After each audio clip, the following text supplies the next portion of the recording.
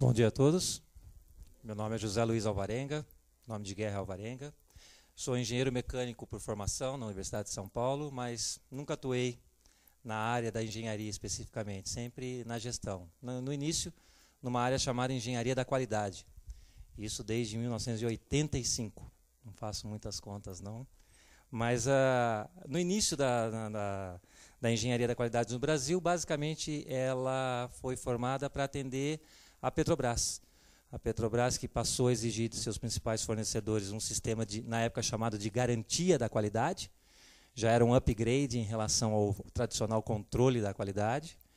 E eu, como estagiário, ainda no meu 4º ano de engenharia, eu não conhecia nada da área, já estava 4 anos de estudo em engenharia, e aquilo que eu estava sendo desafiado a implantar, eu não tinha tido em nenhuma cadeira da universidade. E aquilo me assustou muito, mas eu encarei o desafio. Realmente foi um trabalho de pioneirismo, não existia nem a série ISO 9000 ainda, a gente se baseava na norma canadense, que foi inspirada na norma britânica, que depois gerou a série ISO 9000. E acompanhei toda essa trajetória, né, da implantação dos sistemas de garantia e atualmente gestão da qualidade no Brasil. Mas hoje, mais do que gestão da qualidade, o que as empresas efetivamente precisam buscar, e muitas estão buscando, é a gestão pela excelência, né? Ou a excelência na gestão. Naturalmente, não adianta a gente só falar em gestão da qualidade, gestão ambiental, né? Ou só a gestão estratégica. A gestão por excelência ela é composta, né, por várias frentes da gestão. E é isso que eu venho falar para vocês, da modelagem dos processos orientada a essa excelência em gestão, né? Então, vamos colocar aqui 12.001. Então, já começando a pensar em outras partes interessadas que não só os clientes. E o interessante é que, na década de 90, a gente que acompanhou muito aqui no Brasil, era muito comum as pessoas tratarem a ISO 9000 como um sistema de excelência na gestão. Já se falava, né? Um sistema de excelência na gestão. Não, a ISO 9001 nunca, jamais se prestou a ser um modelo de excelência na gestão. Era um dos grandes passos para se chegar na excelência na gestão. E aí muitas empresas se certificavam e achavam que já tinham chegado na reta final, né? Na linha final. E eu sempre dizia, tanto para os clientes como para as empresas que eu auditava, porque eu também atuei paralelamente a organismos certificadores, que aquilo não era uma linha de chegada, e sim um ponto de partida. Porque esse trabalho é uma jornada, e diferente de uma viagem que tem um fim, a jornada nunca tem um fim. Então, a implantação de qualquer modelo de gestão deve ser sempre encarado como uma jornada. A 14.001, então, começou a ser adotada fortemente, e em 1999 surgiu a Diretiva Europeia, a OSAS 18.001, que trata até hoje a saúde e segurança, saúde ocupacional e segurança do trabalho, já pensando aí nos empregados, uma outra grande parte interessada. Em 2001 surgiu a famosa SA 8000, e aí nós já temos a 26.000 e outras normas complementando. A SA 8000 foi a primeira iniciativa certificável tratando de uma das verticais da responsabilidade social, porque ela trata do quê? Dos direitos trabalhistas, só. Né? Porque responsabilidade social é um tema bem mais amplo do que isso. Mas ela foi necessária porque grandes corporações que tinham como modelo de negócio a terceirização da sua produção, da sua cadeia produtiva, como Nike, Reebok, Adidas, Pierre Cardin, eles não têm linha própria de produção. Eles se utilizam de fornecedores de vários países, principalmente do leste asiático, né? Então, eles começaram a ficar envolvidos em alguns escândalos, porque foram flagradas crianças, né, o trabalho infantil, o trabalho escravo, nas linhas de produção de alguns dos seus fornecedores. E como eles administram marcas que valem bilhões de dólares, sempre que surgia esse escândalo, as ações na Bolsa caíam sensivelmente. Então, esses países se movimentaram para criar um modelo de gestão para eles poderem exigir da sua cadeia produtiva essa certificação. No Brasil, a primeira empresa que exigiu, de alguma forma, a seus principais fornecedores a certificação SA 8000, até antes da 9001, foi o Boticário, daqui mesmo de Curitiba. porque ele também se utiliza de muita matéria-prima da floresta amazônica. Então, às vezes, são cascas, né, lascas, e ele também tem um apelo muito forte na ambiental. Então, associando a SA 8000 a 14001, ele começou a exigir de seus fornecedores a certificação 14001 e SA 8000, para garantir realmente que não haveria trabalho escravo, trabalho infantil e a preservação do meio ambiente no fornecimento de seus principais componentes vindos da natureza, né? E aí, avançando ainda, com alguns escândalos, a Enron, né, que foi um dos primeiros grandes escândalos mundiais de fraudes financeiras, até com conivência da maior empresa na época de auditoria do mundo, a Arthur Andersen, que praticamente deixou de existir depois desse escândalo, surgiu então a norma AA1000, que é uma diretiva europeia, que passou a ser exigida a todas as organizações que quisessem abrir as ações no mercado. As empresas abertas, então, na Europa, nas bolsas europeias, passou a ser exigida a certificação AA1000 para garantir uma transparência maior do que a naturalmente já exigida, né? Porque percebeu-se que deveria ter uma auditoria da auditoria, principalmente com a cumplicidade que se percebeu nesses escândalos aí. Tivemos o caso da Parmalat também, né, e outros mais. Então, aí fecha o ciclo, né? Eu procuro beneficiar os clientes, eu procuro beneficiar a sociedade, os empregados, os fornecedores e os acionistas. A somatória desses esforços, aqui no Brasil, é reconhecido pelo Prêmio Nacional da Qualidade. Nós temos alguns prêmios mundiais, como o Prêmio Deming no Japão, o Malcolm Baldrige nos Estados Unidos, o Prêmio Europeu, mas o Prêmio Nacional se inspirou no modelo americano. Hoje, o Prêmio Nacional da Qualidade ele atingiu um nível de refinamento que tem se tornado uma referência mundial. Nesse ponto, o brasileiro é muito bom. Ele copia, a gente sabe que a gente copia, mas a gente vem copiando muito bem, até pela necessidade, pela dinâmica e pelo volume de negócios dentro do nosso país, que tem uma dimensão continental. Os modelos que vêm sendo adotados vêm sendo cada vez mais aprimorados. E o Prêmio Nacional da Qualidade, então, já aí no seu praticamente 21ª edição, ele já vem trazendo uma evolução muito grande. E aí nós trazemos para vocês a velha figurinha do modelo de excelência em gestão, que é até uma marca registrada da Fundação Nacional da Qualidade, e mostrando para vocês a associação do nosso tema de hoje, que é a modelagem dos processos, com o modelo de excelência. Então, essa figura ela começa já identificando duas grandes partes interessadas aqui. São 8 critérios, né? O Prêmio Nacional da Qualidade ele é dividido em 8 critérios, e um deles é o quê?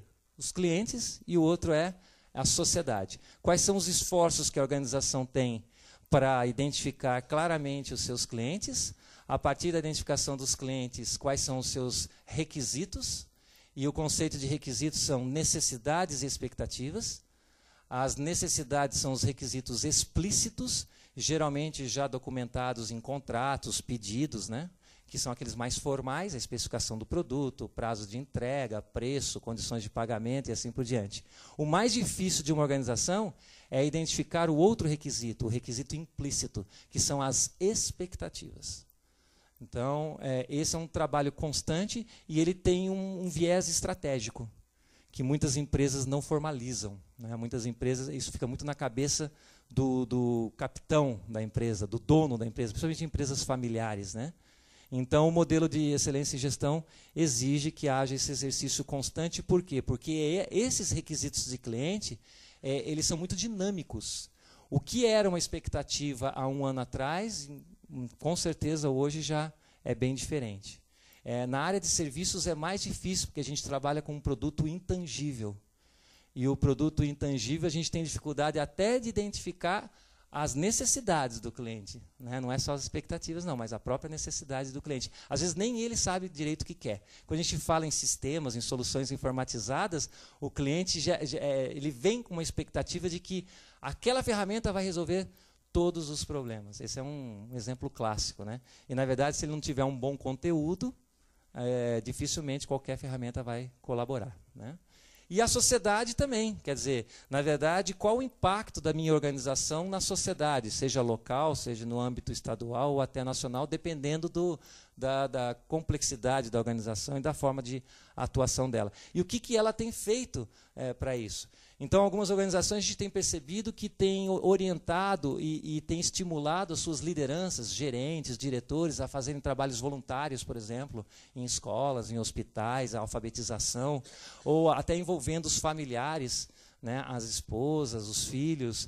É um trabalho bem interessante aqui.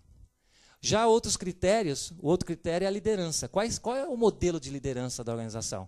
Não estamos falando de gerência, estamos falando de liderança, que é um patamar acima. Nós temos, geralmente nas empresas, eu sempre brinco que existe chefia, chefe, gerente e líder, né? Uma escadinha. A liderança, muitas vezes, ela é inata, né? A pessoa não precisa nem ocupar um cargo formal e hierarquizado, mas ele tem aquela liderança natural. E muitas empresas perdem essa matéria-prima preciosa, elas não exploram essa matéria-prima preciosa. E quais são as práticas dentro da organização que possam demonstrar efetivamente a liderança, né? A transparência, a comunicação, o relacionamento interpessoal. Nós temos um cliente pequeno na divisa entre Santa Catarina e Paraná, e União da Vitória, que é a Pormad Portas. Eles ganham praticamente a cada biênio agora, o prêmio SES de qualidade de vida do trabalhador. É uma empresa pequena, já ganhou em âmbito nacional.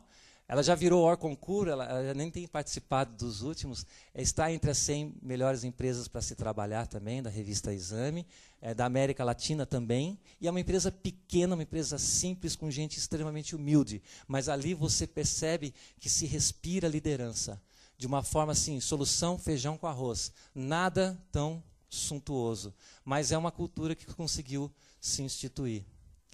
Aí vem as estratégias e planos, né, que é um desdobramento dessa liderança. Quais são efetivamente as estratégias? Quais são os meus planos estratégicos? E aí uma das ferramentas que a gente tem observado que vem contribuindo fortemente é a metodologia do Balanced Scorecard ou do planejamento estratégico tradicional. Alguns profissionais ainda não aceitam o BSC como uma metodologia, chamam o BSC de uma ferramenta, o que eu, humildemente, aqui na minha opinião, discordo. O BSC é sim uma metodologia de gestão estratégica. É muito mais do que o planejamento estratégico. Muitas empresas simplesmente fazem planos muito bons, mas com uma execução sofrível. Então, é muito bom na iniciativa e péssimo na acabativa, que eu sempre brinco com os empresários por aí. Então, as estratégias e planos aqui são desdobradas e como elas são comunicadas, as pessoas sabem, conseguem vincular suas rotinas, os seus processos, as estratégias da organização? Existe essa vinculação? Os indicadores da rotina, os indicadores de processo, existe algum alinhamento aos indicadores estratégicos? E eu vou além. Existem indicadores estratégicos na organização? São de conhecimento de todos? Eu percebo muitas empresas que foram na onda da implantação dos famosos programas de participação de resultados, a remuneração variável, registra lá no sindicato, mas indicadores sofríveis, indicadores muito pobres. Outro dia não, uns 2 anos mais ou menos, a nossa empresa foi contratada para fazer uma auditoria interna numa empresa e, coincidentemente, fui eu que fiz essa auditoria, uma empresa grande, com mais de 1.200 empregados, e a coordenadora da qualidade que fez essa contratação, terminei a auditoria, entreguei o relatório, fizemos a reunião de encerramento, aí ela falou, ai, que bom, meu PPR está garantido. Aí eu falei, mas o que aconteceu? Não, é que eu tinha que fazer uma auditoria interna esse ano.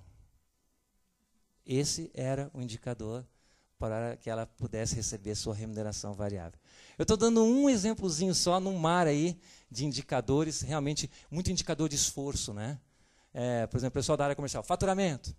Né? Tá, mas faturamento a que preço, a que custo, com qual inadimplência, com qual margem de contribuição, né?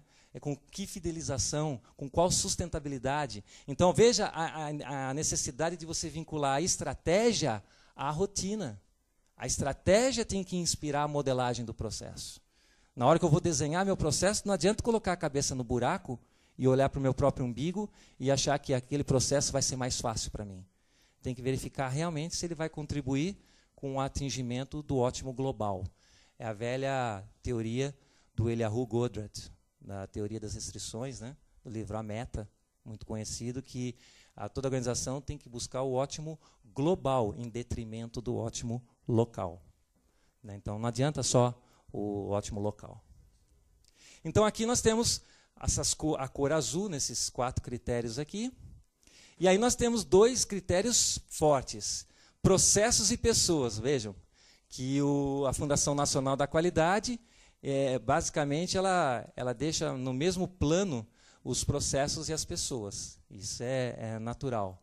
Então, a partir daí, a fundação, quando faz a avaliação, ou os prêmios estaduais hoje, né, que é muito comum, primeiro a empresa participar de um prêmio estadual de excelência, para depois ela tentar o prêmio nacional, aí vem fortemente aqui a gestão dos processos. Então, é verificar realmente se os processos estão bem definidos, não só o processo das atividades fim, mas os processos de gestão, os processos de apoio, isso nós vamos falar mais adiante. E a gestão do capital humano, a gestão das pessoas, mais do que aquele tradicional departamento pessoal. Né? Tem muita empresa que chama lá o setor recursos humanos, mas ele ainda tem aquela vocação de departamento pessoal. Então, nós temos aí a figura verde. E nós temos aqui, basicamente, 40% dos pontos possíveis, que vai de 0 a 1000 no Prêmio Nacional, 40% ou 42%, em alguns casos, 420 pontos, são focados em resultados. Resultados nos vários níveis da organização. Os resultados estratégicos, os resultados de processos, os resultados operacionais, os resultados perante as pessoas, os resultados perante a sociedade, os resultados perante os clientes, os resultados perante os acionistas, aí aquelas velhas partes interessadas. Então, é a boa escolha de indicadores que agreguem valor na tomada de decisão. E hoje a gente vem percebendo que as empresas elas têm até, às vezes, uma overdose de indicadores, né, num volume grande de indicadores, e muitos não agregam muito. Né? Então, na hora que a gente for redesenhar ou modelar os processos, é a grande oportunidade da gente fazer uma crítica em cima dos indicadores que até então estão formalizados, e nós vamos perceber a necessidade de novos indicadores. Ah, mas eu não tenho a base de dados. Ah, legal, porque você não tem a base de dados, você não vai nem pensar em começar a se estruturar para medir um dia. Assim é muito simples. Né? Eu acho que algum passo tem que começar a ser dado, nem que seja ainda de forma mecânica a busca pela informação. E, naturalmente, fechando isso, nós temos a informação e o conhecimento, a gestão do conhecimento, que será tratada logo depois do almoço, com vocês, né? Porque não adianta a gente fazer todo esse trabalho se a gente não garantir um bom fluxo da informação, e aí, naturalmente, a tecnologia contribui bastante, e garantir a retenção do conhecimento. E isso as empresas acham que a retenção do conhecimento é só escrever procedimento, mas está muito muito além disso, né? É muito mais do que isso. Então, aqui vem a gestão do conhecimento e toda a base de informações. E aí completamos as cores da nossa bandeira nacional. Não é à toa que essa mandala, essa figura, tem essas cores para refletir a bandeira nacional. Então, naturalmente, quando a gente fala da excelência em gestão, nós temos que passar pelas 3 áreas. Né? É fundamental. Gestão das pessoas, a gestão dos processos e a gestão estratégica. E quando eu falo em modelagem de processo, eu tenho que fazer o vínculo da estratégia para alcançar as pessoas.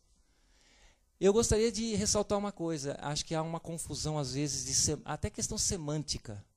O pessoal fala assim, vamos desenhar os processos. Modelar processos vai muito além de desenhar processos. O pessoal acha que fazer fluxo, né? Faz o fluxograma, estou modelando os processos. Não.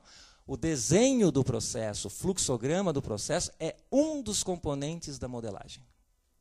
E se vocês forem pesquisar algumas bibliografias, infelizmente, até algumas bibliografias, elas reforçam essa confusão. Tá? Então, eu quero deixar claro que desenhar o processo é uma das etapas da modelagem. É desenhar o fluxo da informação, bonitinho, as is, né, como está, to be, como pode ser. Tá, mas isso sozinho não vai modelar o processo, não. A gente vai ver que é bem mais do que isso. Com isso aí, um Visio resolve. Tem gente que faz até em Excel, tem gente que faz em Word, tem gente que faz em PowerPoint. Desenhar processo, você desenha em qualquer ferramenta. Né? Mas o Visage, eu não sei como é que o pessoal chama, né? Como é que é o nome oficial? Visagi? Visagi, né? Alguns chamam Visagi. Esses fazem o desenho do processo, mas não há nenhuma inteligência ali por trás. Não há nenhuma colaboração ali por trás, né? Se alguém for lá e mexer na caixinha de um processo para o outro, ninguém é alertado, não se avalia risco, não se avalia competência, não se avalia a forma de medir, não se avalia absolutamente nada. Então, por isso que eu digo, modelar processo é muito além do que desenhar. Então, processo, só um conceito básico aqui, é uma série de atividades que tem uma entrada, adiciona um valor ao que entra e produz uma saída definível, preditível e repetível. É bem diferente de projeto. O que caracteriza e separa o projeto de um processo é que o projeto tem começo, meio e fim. Muitas vezes, ao final de um projeto, você deixa como saída um processo. A implantação da ISO 9001. A implantação foi um projeto. Ela teve começo, meio e fim, até aquele dia da certificação. Mas depois fica um processo de gestão da qualidade, que muitas empresas chamam, né? Você tem o controle da documentação, você tem o controle de não conformidades, ações corretivas e preventivas, a calibração dos instrumentos, treinamento de pessoas. Tem toda uma rotina ali. Análise crítica da direção, e aí vai. Auditorias internas, né? Então, o processo é isso. Outra coisa que as pessoas confundem, e muitos me questionam, e não tem uma resposta só, qualquer rotinazinho o pessoal chama de processo. Então, há uma banalização no uso desse termo processo. Eu tenho que fazer uma solicitação de viagem. É um processo de solicitação de viagem. Não. É uma rotina. Existe uma hierarquia aí, que pode vir desde o macroprocesso e chegar até uma tarefa. Então, o grande segredo na hora de modelar os processos da organização é conseguir perceber essa dimensão, e isso muda de estrutura para estrutura e de complexidade para cada empresa. Esse é o pulo do gato, né? Então, as pessoas também ainda confundem muito processo com departamento. Olha, gente, a gente tem visto muita empresa que começou naturalmente com a certificação ISO 9001, mas a certificação ISO 9001, como foco, a principal parte interessada é o cliente, dentro dos seus requisitos, do item 4.1 até o requisito 853, lá em ação preventiva, ele não desafia algumas áreas da organização. Não tem nenhum requisito que desafie algumas áreas. Por exemplo, o pessoal do marketing é muito comum a gente ver fora das auditorias da ISO 9001, o pessoal da contabilidade, o pessoal do financeiro, em algumas vezes. Então, a controladoria, a governança, algumas áreas elas ficam orbitando o modelo de gestão da qualidade. E aí a gente percebe que, como não havia, às vezes, uma orientação, ou a empresa foi modelando seus processos conforme a sua experiência pessoal, a gente percebe uma confusão entre processos e departamentos. Então, aqui vai uma dica para vocês. Evitem, ao máximo, batizar um processo com o mesmo nome de um departamento. Evitem ao máximo. Caso clássico, recursos humanos. Para mim, recursos humanos não é um processo. Geralmente é um setor nas empresas. Para mim, o processo é a gestão das pessoas, gestão do capital humano, porque não é só aquela área de recursos humanos a responsável pelas tarefas que compõem esse processo. Porque desde o momento que uma área solicita o preenchimento de uma vaga, quem tem que definir as competências? É a área de recursos humanos? Não, já é o solicitante. Quem que deve atualizar o perfil do cargo? A famosa descrição de cargos e funções. É o setor de recursos humanos? Não, são os gestores dos processos. Mas o pessoal joga toda a responsabilidade. Ah, não, já é recursos humanos, já é recursos humanos. Outra coisa, gestão da qualidade. Eu acredito que tem muitas pessoas que devem atuar nessa área. E é muito comum dentro dos seus desenhos de processos, aí eu vou chamar de desenho mesmo, mapa de processo, um processo chamado gestão da qualidade. Eu prefiro ampliar essa visão. Eu chamaria de gestão de melhorias. Porque ali cabe qualidade ambiental, saúde e segurança. Gestão de melhoria. O que é gestão de melhoria? É controlar a documentação, é monitorar resultado, aí entra a análise crítica de direção, é fazer auditoria, é promover melhorias. Então, por exemplo, gestão de melhorias, ali eu tenho registro de não conformidade, ação corretiva, ação preventiva, e não vai me interessar se é só qualidade, pode ser qualidade ambiental, saúde e segurança ou qualquer outro modelo certificável. Eu não vinculo a um modelo certificável. Então, eu acho que poderia ser ampliada essa visão. Então, essa dica eu acho que com certeza vai ajudar muitos dos senhores aqui. Se é que algumas empresas já não tomaram esse cuidado. Porque aí, a partir do momento que eu procuro ir desassociando o processo dos setores, é que na hora que eu for fazendo primeiro o desenho do processo, eu vou identificando quais são as atividades ou tarefas que cada setor vai contribuir. E aí a gente vai percebendo que os setores vão agregando, né, ao longo do processo, a sua contribuição por meio de tarefas. Aí essas tarefas vão estar padronizadas em procedimentos, rotinas, instruções de trabalho, operacionais e assim por diante. Então, essa é o grande desafio, é desassociar processo de departamento. Os processos são transversais dentro da organização. Então, e aí, à medida que eu vou fazendo os desenhos de processos, eu vou percebendo claramente aqui a interação entre esses processos. No requisito 4.1 da ISO, ela diz claramente, já na letra A, que você deve identificar a sequência e interação dos processos. A sequência, o velho mapa. Agora, a interação não é só um fluxo.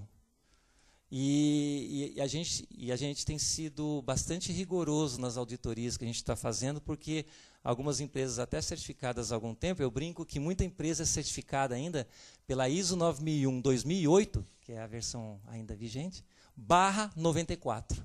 Principalmente aquelas empresas que se certificaram ainda na época que se usava uma expressão muito simplista para a implantação da ISO 9001. Escreve o que faz e faça o que está escrito. Aí, com o advento da ISO 9001 versão 2000, que ela desafiou as empresas a mostrarem a sua gestão e não só a execução de rotinas, as empresas passaram a ter uma certa dificuldade e tentaram atender dentro da sua ótica, né, do que é um desenho de processo. Então, nessas entradas e saídas de processo, nós temos que identificar tudo. Por exemplo, qual é uma entrada de processo que deve se fazer presente em todos os outros? Diretrizes estratégicas. Se eu trabalho, por exemplo, com Balance Scorecard, são os objetivos estratégicos que estão no meu mapa. Muita empresa trabalha com Balance Scorecard, eu vejo isso, tem todo um esforço para fazer o exercício do pensamento, ou do que a gente chama de conversação estratégica, é um nome esquisito, mas é esse o termo que se usa, uma conversação estratégica, transforma isso num mapa estratégico, desdobrado em iniciativas, ações estratégicas e indicadores. Aí, quando a gente vai lá em processo, que a pessoa toma todo o cuidado para fazer as interações do processo, ele diz assim, entrada, formulário tal, informação tal, recurso tal, tal, tal, tal. Tá, e cadê a estratégia? Mas por quê? Por que a estratégia é uma entrada? Não devia ser? Gestão por excelência. Acabar com essas ilhas, né? Eu tenho aqui o processo, eu tenho a ISO 9001, eu tenho o programa 5S, eu tenho o Balance Scorecard, mas eu não vou submeter a auditoria. Poxa, gente, a ISO fala em objetivos da qualidade, a 14001 fala em objetivos ambientais, e aí vem a empresa e fala, eu tenho objetivos estratégicos. Por que esses objetivos estratégicos não fazem parte do sistema de gestão da empresa, ao invés de ficar rotulando, né, qualidade? Sistema de gestão da qualidade. Não, vamos tirar. Isso já foi uma etapa do passado. Já no século passado. Eu acho que a gente tem que falar em sistema de gestão, empresa tal. Esse é o modelo de gestão da empresa. Não limitar o meu modelo de gestão por causa dos requisitos que vão ser auditados por um organismo certificador ou por um auditor interno. Se eu decidir espontaneamente inserir dentro do meu modelo de gestão uma metodologia de planejamento estratégico ou de gestão estratégica, traga isso para dentro do seu desenho de processo, porque ele se transformou num processo. Gestão estratégica é um novo processo. E essa gestão estratégica vai gerar várias saídas. Ela vai ter uma saída com orçamento, ela vai ter como saída os direcionadores estratégicos, e isso aí vai ser entrada para todos os outros processos. Então, nós temos que começar a rever essas entradas e saídas aqui. Geralmente, quando aí, vamos falar em desenho de processo, vamos voltar agora para o desenho, geralmente as empresas minimizam, né?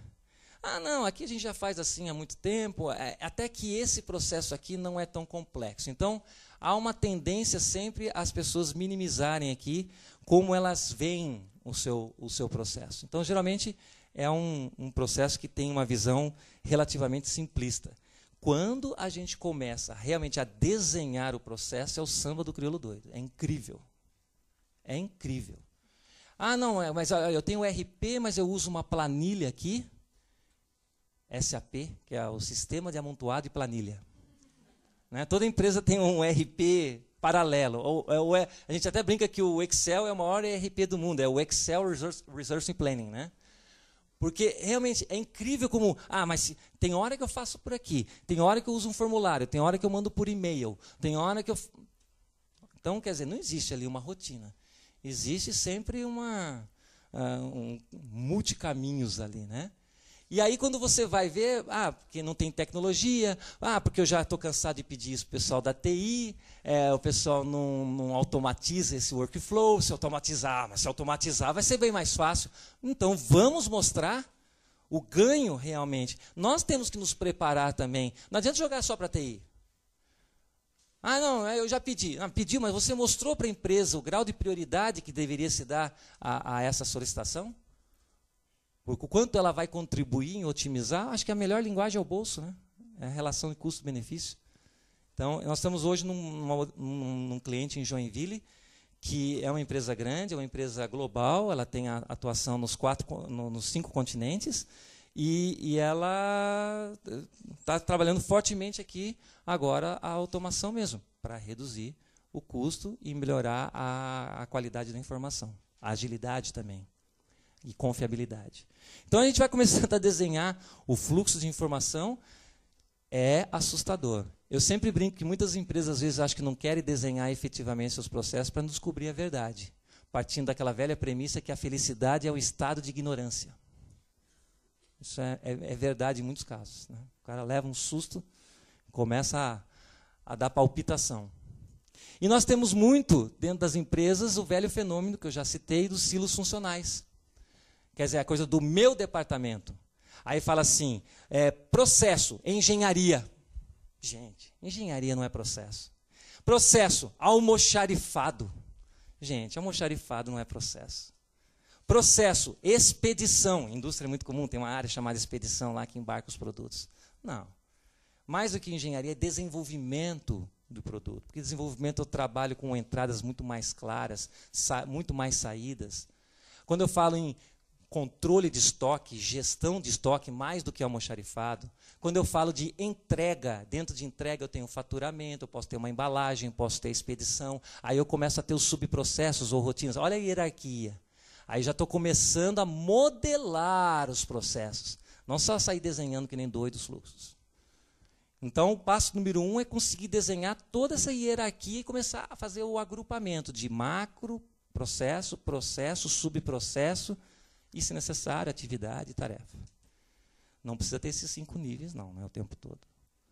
Mas aí nós temos que acabar com esses silos aqui. P&D, fabricação, marketing e vendas.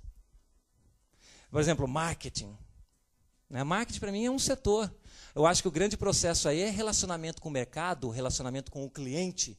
Aí vem atualização de site, aí vem várias rotinas, né?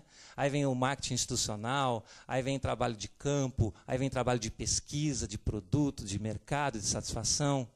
Aí vem várias rotinas ali dentro de um relacionamento com o mercado, relacionamento com o cliente. Então, o processo é algo muito mais amplo do que só aquela gaiolazinha de um departamento. Então, as empresas ainda têm uma visão muito funcional, muito departamentalizada. Enquanto que a gente busca o quê? Mostrar a elas que por esses setores, departamentos, passam ali 1, 2, 3, 4 processos. A nossa empresa, o CBG, entramos no nosso 20º ano, né? No ano passado nós promovemos alguns cursos em parceria com a GCI aqui em Curitiba. Um foi de modelagem de processos e o outro foi de gestão estratégica com Balance Scorecard, né? E foi muito legal porque o de modelagem de processo, acho que foi 42 pessoas, né? E a gente agrupou o pessoal. E aí é a mesma coisa que você colocar sobre aquela mesa ali vários bonés com os nomes dos processos. Depois que cai a ficha das pessoas, as pessoas vão despertando para ver quantos chapéus ou quantos bonés elas usam no dia a dia. Ah, eu fiz uma solicitação de compra hoje. Opa, você já usou um boné de aquisição. Suprimentos, aquisição. Veja, um processo chamado suprimentos, eu tenho a solicitação da compra, a cotação, a compra efetiva, o recebimento do material. Suprimentos não é só o ato de comprar, é esse ciclo aí. Aí eu falo, como é que estão distribuídos os programas de participação de resultado? Está tudo isoladinho, tudo ilhado. Os feudos. Né? O PPR deveria estar orientado ao processo, não ao indicador do departamento do setor. Porque senão, se eu colocar um indicador só para o setor de compras, ele não vai se preocupar com o pessoal do recebimento de materiais, que vai se esfolar lá, depois os seus indicadores vão cair. Com a produção, que vai ter parada de produção e a produção vai diminuir a produtividade. Mas o pessoal de compras ganhou o seu programa de participação e resultado lá. Fez festa, churrasco, tudo. Coitado lá da ponta. O pessoal da expedição, então, né? Que é a boca do funil. Aí vem para ele lá, prazo de entrega, é expedição. Coitado. Não vai ganhar nunca, né? Então, mostrar efetivamente com esse exercício aqui, e é um exercício em conjunto mesmo, para fazer as pessoas despertarem essa visão de processo, quantos processos passam pelos seus setores? Ou quantos processos vocês contribuem? Lógico que tem aqueles que são cotidianos porque são inerentes à vocação do seu setor. Mas tem vários outros processos de apoio e gestão que vocês deveriam praticar no dia a dia. Então, eu sempre digo o seguinte, primeiro, no primeiro estágio de uma empresa, ela desenha muito por organograma. Compras, recebimento, tesouraria, ou contas a pagar, né? Então, as funções orientam o negócio. Eu tenho visto hoje empresas já certificadas pela ISO 9001 que dizem que desenharam os seus processos, mas os departamentos continuam se sobrepondo a esses processos. Até os indicadores de desempenho ainda estão orientados ao departamento e não ao processo. O grande desafio na modelagem é realmente você mostrar que o processo é que deve se sobrepor aos departamentos. Porque amanhã a direção pode acordar inspirada, pode mudar o organograma, mas os processos continuam sendo executados. O que você pode mudar ali são alguns atores e, de repente, alguma coisa do fluxo, alguma alçada diferenciada tal. Mas o processo ele tem que ser, continua sendo reconhecido. Tá? Isso é importante. Então, o grande desafio é chegar nesse estágio 3. Se possível, pular do 1 para o 3. Mas muitas empresas já saltaram para esse estágio 2 aqui. E aí vem a classificação de processos pela metodologia do BPM, Business Process Management, que é processo de gestão. Toda empresa tem um processo de gestão. 1, 2 processos de gestão. Ela pode até não reconhecer, mas tem. Até a gestão do capital humano. Né? Dentro de gestão do capital humano, como um macro processo, ou como um grande processo, ela tem lá dentro dela alguns subprocessos. Por exemplo, recrutamento e seleção. Concorda ou não? Recrutamento e seleção eu posso encarar como um subprocesso de gestão do capital humano. A administração de pessoal. Dentro da administração pessoal, aquelas rotinas operacionais do velho e conhecido departamento pessoal. Eu tenho ali desenvolvimento profissional, ou treinamento, né? Também é um subprocesso do processo maior chamado gestão de pessoas, ou gestão do capital humano. Aí dentro desses processos, subprocessos, tem as tarefas, atividades tarefas. Né? A administração do pessoal tem folha de pagamento, 13º, e rescisões, admissões, né? E aí vai. Cálculo de férias, e aí vai. E aí são essas tarefas que vocês vão documentar. Na verdade, a documentação é da tarefa. É na tarefa, é nesse nível de tarefa que a gente escreve a rotina. Bom, temos vários outros processos de gestão. Gestão financeira, gestão estratégica. Né? Algumas empresas também dão a ênfase de gestão administrativa, ou gestão administrativa financeira, pode agrupar, dependendo do tamanho da empresa. Então, nós temos vários processos de gestão. Nós temos os processos do negócio, que é realmente vinculado mais ao cliente, atividade fim, né? Envolvidos diretamente no atendimento aos principais requisitos dos clientes externos, do meu público externo. Então, eu tenho lá comercialização.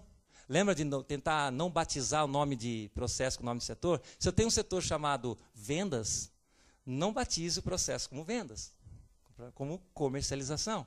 Por quê? Porque eu tenho vários atores dentro desse processo. Para eu poder vender, às vezes eu preciso consultar o planejamento de produção, às vezes eu preciso consultar o meu desenvolvimento de produto, para ver se eu tenho condição técnica de desenvolver.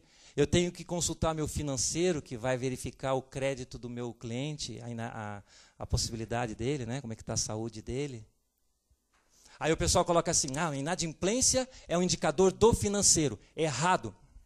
Inadimplência é um indicador do processo de comercialização, com contribuição do setor financeiro, dentro do processo de comercialização. Principalmente de novos clientes. Agora, aquela inadimplência advinda da gestão do dia a dia, eu posso até associar um processo chamado gestão financeira. Né? Então, tem tudo isso aí. Bom, dentro dos processos de negócio, nós temos aí a parte de desenvolvimento, entrega, pós-entrega. O pessoal fala assim, assistência técnica, né? Posso chamar isso de pós-entrega. Suporte ao cliente, as empresas de tecnologia, é um pós-entrega. Né? Eu tenho várias atividades de pós-entrega. Tem empresas que têm vários subprocessos de pós-entrega. Né? Então, aqui, todos os processos vinculados ao negócio, né, na minha atividade de fim. E ainda tem os processos de apoio. São aqueles diretamente atendimento aos clientes internos. Por exemplo, infraestrutura. Né? O controle da infraestrutura. Aí eu tenho o quê? Sistemas de informação, como subprocesso, comunicação. Eu tenho controle de patrimônio. Eu não estou chamando de manutenção, tá? Controle de patrimônio, porque dentro do controle de patrimônio eu tenho manutenção predial, manutenção de equipamentos, manutenção de máquinas.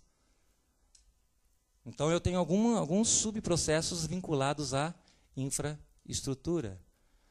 Eu tenho aqui, por exemplo, como apoio, suprimentos ou aquisição. Né? E aí eu tenho compras, eu tenho recebimento de materiais. Algumas empresas têm a parte de desenvolvimento de fornecedores, principalmente o setor automotivo, é muito comum. Então é um subprocesso de um processo maior chamado aquisição ou suprimentos. Então eu tenho que respeitar esses 3 níveis de processo. E as empresas às vezes vão muito só nos processos de negócio e alguns processos de apoio, mas deixam vários processos de fora. Então aqui, por exemplo, como eu já comentei com vocês, né, tem empresas que põem financeiro como apoio, porque efetivamente ele não tem um viés de gestão, é mais de controle operacional. Depende muito da organização. Administrativo também. Infraestrutura também. A infraestrutura geralmente é apoio mesmo. Tá? Tem empresas que não destacam, por exemplo, suprimentos ou aquisição como um processo. Colocam como um subprocesso do administrativo. Depende, como eu já falei, respeitar o tamanho de cada organização. E a complexidade desses processos e subprocessos, da estrutura de cada um. E aí vem comercialização, desenvolvimento, entrega, pós-entrega, planejamento. Né? Planejamento aqui pode ter execução, entre desenvolvimento e entrega, pode ter execução, implantação e assim por diante. É que a implantação geralmente está aqui, né, na entrega. Então a árvore de processos eu posso ter nem sempre, tá? Nem sempre eu sou obrigado a ter um macro processo, mas sempre eu tenho processo. Então se eu tiver um macro processo, como por exemplo no Sebrae, Santa Catarina, a gente fez lá uma modelagem, um macro processo chamado atendimento ao cliente. Aí vários processos, aí tem consultorias, né? Capacitações, prêmios, missões, bom, aí vai, atendimentos, porque eles têm atendimentos individuais, coletivos, tal. Então aí coube um macro processo chamado atendimento ao cliente e aqui as verticais de atendimento como processos. Aí os processos podem ser divididos em subprocessos, os subprocessos em atividades e podemos chegar até em tarefas. Geralmente as instruções operacionais, por exemplo, como fazer um backup diário, como fazer um backup semanal, quinzenal, que geralmente está numa instrução operacional, né? Eu posso chamar isso de uma tarefa. Dentro de um subprocesso chamado segurança da informação, que está vinculado a um processo de infraestrutura, né, ou sistemas de informação. Então, eu posso ter até 5 níveis, mas às vezes eu posso ter só 2, um processo e uma atividade, ou 3, o processo, subprocesso, atividade. Esse é o segredo na hora de fazer a modelagem, antes de sair desenhando. Primeiro descobrir essa hierarquia, respeitar, para ver a dimensão, para você priorizar, cronogramar o trabalho dentro de um projeto de modelagem, para você conseguir cumprir o seu prazo de uma forma efetiva. Então, aqui é um case do Porto de São Francisco, lá em Santa Catarina, é o terminal privado, porque o porto é dividido em 2 áreas, pública e privada.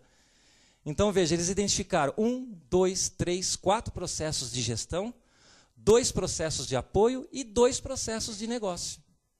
É raro, né, uma organização ter só 2 processos de negócio, mas basicamente lá é assim.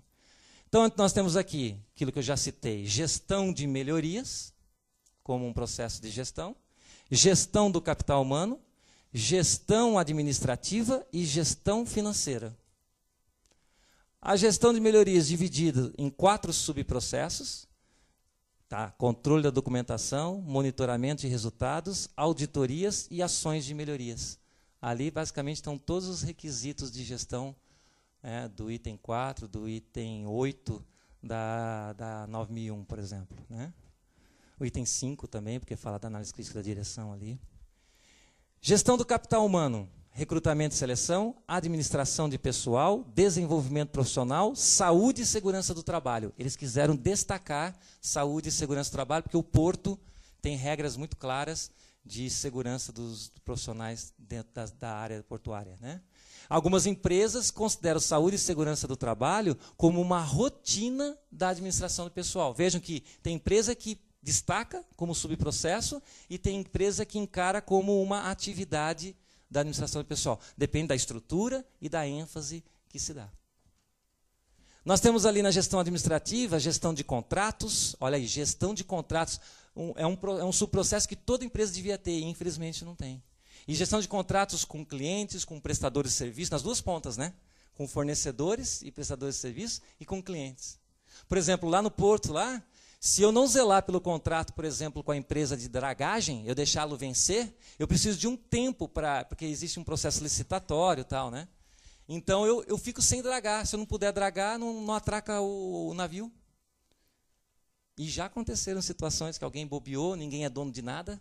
Os contratos vão tudo para um arquivo eletrônico, para uma gaveta depois de assinado, e não há uma gestão do contrato. Né? Então, está dentro da gestão administrativa. Controle de patrimônio. Então, é a chegada do patrimônio, transformá-lo num ativo, codificá-lo, né? E saber exatamente onde ele se encontra. Desativar o patrimônio, movimentar o patrimônio. Vou levar um laptop para tal evento, vou levar um projetor para tal evento. O veículo é um patrimônio. Eu tenho que controlar a frota ali.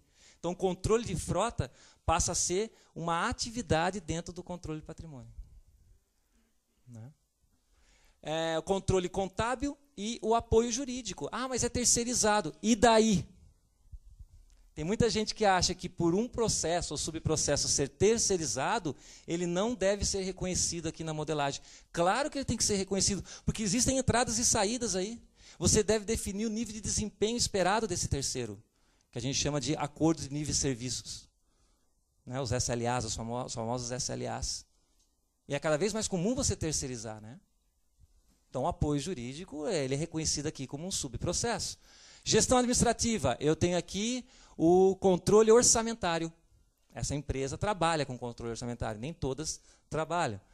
O custeio e o controle financeiro. Aí vem contas a pagar, contas a receber, câmbio. Né? Então, vem tudo ali como atividades dentro de um subprocesso chamado controle financeiro ligado à gestão financeira. Agora eu pergunto, dá para sair desenhando fluxo, escrevendo procedimento, sem antes conseguir desenhar a dimensão dos processos, subprocessos da minha empresa? Às vezes é um esforço inócuo, é desgastante, vocês vão ter que retrabalhar muito isso. E corre-se novamente o risco de ficar documentando rotina de departamento, e não efetivamente dos processos. Aqui vem a comercialização. Aí vem negociação com agentes e armadores, negociação com exportadores e importadores e relacionamento com o cliente. Aí vem o pré-venda, o pós-venda, o marketing, vem tudo aqui dentro, vem rotinas aqui dentro, para fidelização desses clientes, para conseguir captar as necessidades de mercado, que a gente chama de inteligência competitiva. Está aqui dentro, ó, relacionamento com o cliente. Operações portuárias e retroportuárias, aí vem a atividade fim. Ali, então, os processos, entrada de carga, saída de carga, serviços a clientes, serviços de depot, planejamento e controle de operação marítima e embarque e descarga de navios. Então, tem tanto operação terrestre como operação marítima ali também. E aí vai para o cliente lá. E aqui os processos de apoio. Isso aqui é só um exemplo, tá, gente? Infraestrutura, sistemas de informação e comunicação, conservação de patrimônio, segurança portuária, lá é muito rigoroso, né, o controle de acesso de entrada e saída de qualquer pessoa, porque ali é uma área de controle do governo, né, então é muito rigoroso e está ligado à infraestrutura, e controle ambiental. Ali existe um controle ambiental mesmo, porque está numa área portuária, tem o mar ali, tem que fazer todo um controle mesmo. E aquisição, compras, recebimento e entrega e controle de estoque. Aí, quer dizer, aí vários setores começam a se ver aqui dentro. Aí a gente chama os líderes, as lideranças, supervisões, gerentes, e fala, e aí, gente, quantos chapéus? Aí a gente pega os chapéuzinhos assim, né? Aqui nós temos 4, 4, 4 e 3. Temos 15 subprocessos aqui. Aqui nós já temos mais 6, 21, 24, 28, 31 subprocessos. Pega 31 bonés com os nomes de subprocessos e pergunta para o pessoal, e aí, gente, como é que vocês conseguem se ver aí? Antes de começar a desenhar o fluxo. Antes de começar a escrever, procedimento. Antes de começar a estabelecer indicadores de desempenho. Formalizar. E aí vem a famosa interação, né? Então, nesse ponto aqui, a solução da Soft Expert é a inteligência colaborativa da suíte que contribui para a modelagem. O pessoal fala assim, é só o process, é só o desenhador do processo? Não. Não. Porque se eu clicar aqui, ó, fluxogramas, vejam, gestão do processo, gestão do capital humano, seleção e contratação e treinamento, administração de pessoal, desenvolvimento profissional, saúde e segurança do trabalho. Aí você usa a ferramenta, você clica ali, já automaticamente vai vir o fluxo. Legal, agora eu conheci o fluxo. Pelo fluxo, eu defino os procedimentos. Aí vem a gestão do conhecimento. Aí vem o document, né? O SE document. Aí eu vou ativar o outro módulo. Aí quais são os indicadores desse processo? Absenteísmo, horas extras, turnover, treinamento, reclamação trabalhista, acidentes com afastamento, sem afastamento e severidade de acidentes. Legal. Aí eu tenho o CPM, eu tenho outro módulo colaborativo. Quer dizer, transforma num portal onde você consegue associar. Quais são os recursos utilizados aqui? Aí outro segredo, gente. Determinação de competências. Na modelagem de processo, as competências têm que estar orientadas ao processo. É muito comum a empresa desenhar a descrição de cargos olhando o titular daquele cargo naquele momento. E aquilo fica meio estático lá no RH. Aí vai uma área e compra uma solução, uma ferramenta, e sabe-se que aquela ferramenta passará a ser usada por todos. E a descrição de cargo fica congelada lá. Não é orientada de que os novos colaboradores têm que passar por um treinamento naquela nova ferramenta. Por exemplo, o SE Suite, né? A empresa que compra o SE Suite, basicamente todo novo empregado tem que ser capacitado na ferramenta. Se você for na descrição de cargo, corre o grande risco disso não ter sido atualizado. Por quê? Porque na hora que eu atualizei o processo e vi que eu tenho um novo recurso, isso aqui também é a colaboração, eu vou listando os recursos aqui e incluir um novo recurso, automaticamente um flagzinho vai me alertar. Esse novo recurso vai gerar uma necessidade de uma nova competência? Sim ou não? Sim, atualiza. Não é o RH, é o gestor do processo.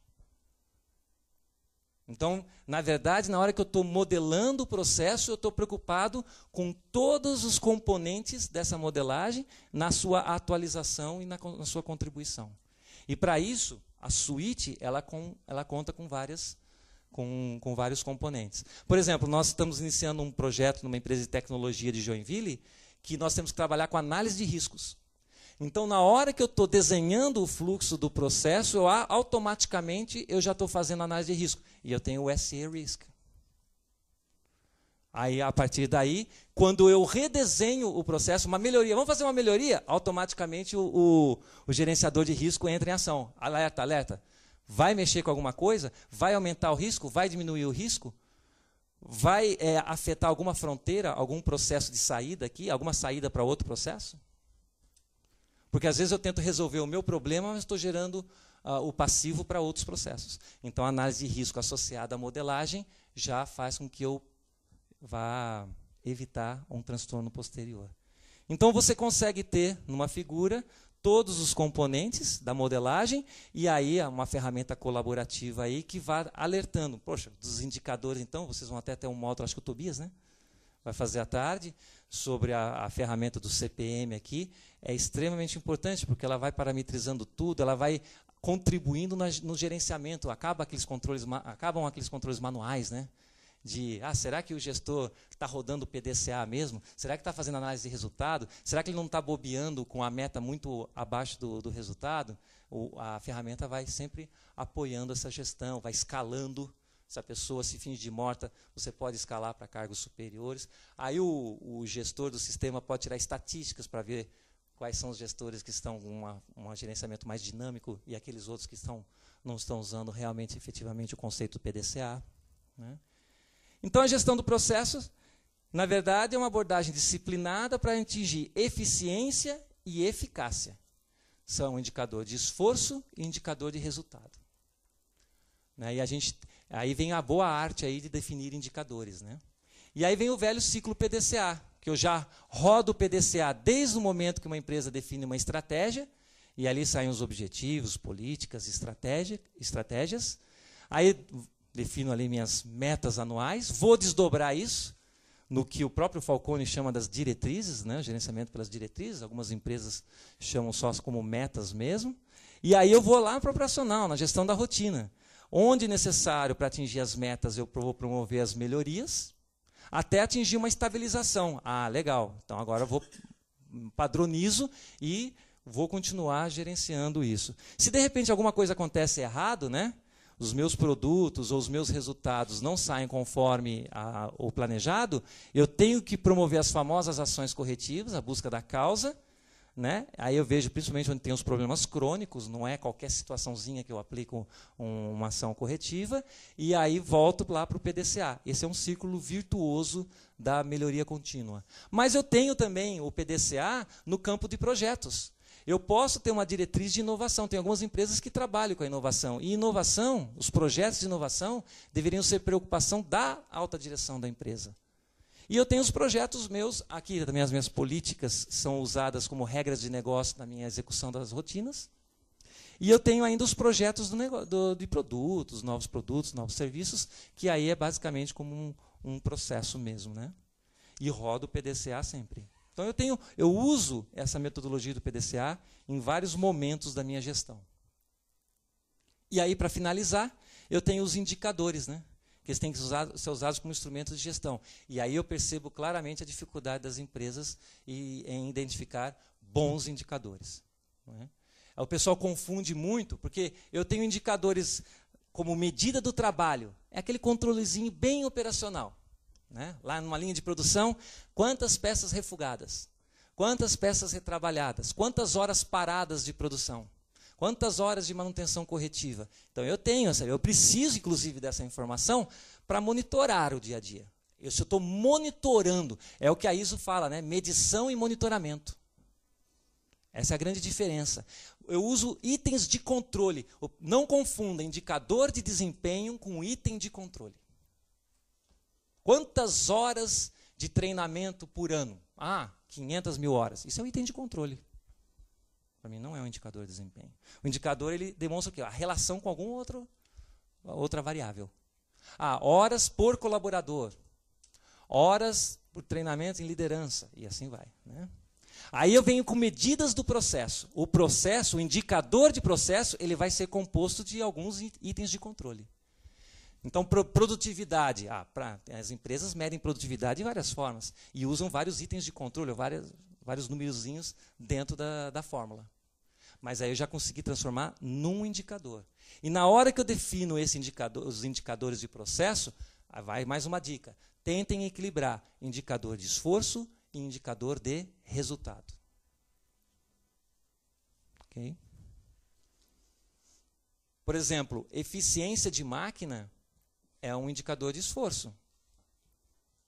Agora, a qualidade final, que era o quanto eu projetava entregar bom e o quanto eu consegui realizar, é um indicador de resultado. Faturamento é um indicador de esforço. Rentabilidade, lucratividade, é um indicador de resultado. E eu tenho as medidas da organização, que aí já estão no campo estratégico. Clima organizacional. Eu consigo dizer assim, clima organizacional é só de um processo? Não, eu diria que é do âmbito global da empresa. Ele tem um viés estratégico. Satisfação de clientes. Eu posso dizer que a satisfação dos clientes é só por causa de um processo? Que ela está ruim ou não? A satisfação dos clientes, às vezes, é um conjunto de esforços de vários processos. Então, passa a ser o quê? Um indicador estratégico, organizacional. Eu posso até estratificar, fazer um drill down. Eu posso estratificar os indicadores e chegar nos processos. Nos hospitais é muito comum. Tem alguém da área da saúde aqui? A gente vem dando fazendo trabalho forte nos 2 hospitais na nossa cidade lá, o Hospital São José e o Hospital Jaraguá, o Hospital São Lucas, da PUC do Rio Grande do Sul, o Hospital Santa Rosa, que já é nível 3 já, acreditação hospitalar, e já ganhou 2 vezes o prêmio estadual do Quali Mato Grosso, e agora esse ano concorrerá ao prêmio nacional. E lá a gente trabalha fortemente. A satisfação global dos clientes, dos pacientes. Né? E aí a gente estratifica por processo. Aí vem atendimento cirúrgico, atendimento intensivo, atendimento clínico, assistências, terapias, pronto atendimento. Né? Então, aí eu controlo o meu processo alinhado a quê? Ao estratégico. Aí eu tenho um bom PPR. Se eu quiser implantar um PPR, aí eu já começo a perceber que eu zelando pelo meu processo, eu vou contribuir pelo resultado global. É uma engenharia, né? Aí que eu entendi por que um pouco da engenharia contribuiu nesse tempo todo aí para a gente poder trabalhar nesse raciocínio de processos na empresa. E eu gostaria só de finalizar com essa frase que eu vi uma exposição sobre o Leonardo da Vinci, lá em São Paulo, na Oca, no Ibirapuera, e tinha os manuscritos dele, né, e tinha a tradução do lado, e eu gostei muito desse manuscrito. E ele era um cara que realmente não cansava de aprender. Aprender é a única coisa de que a mente nunca se cansa, nunca tem medo e nunca se arrepende. Eu agradeço. 3 minutos? Alguém tem uma pergunta? Nada? Ok. Agradeço a todos. Um bom dia.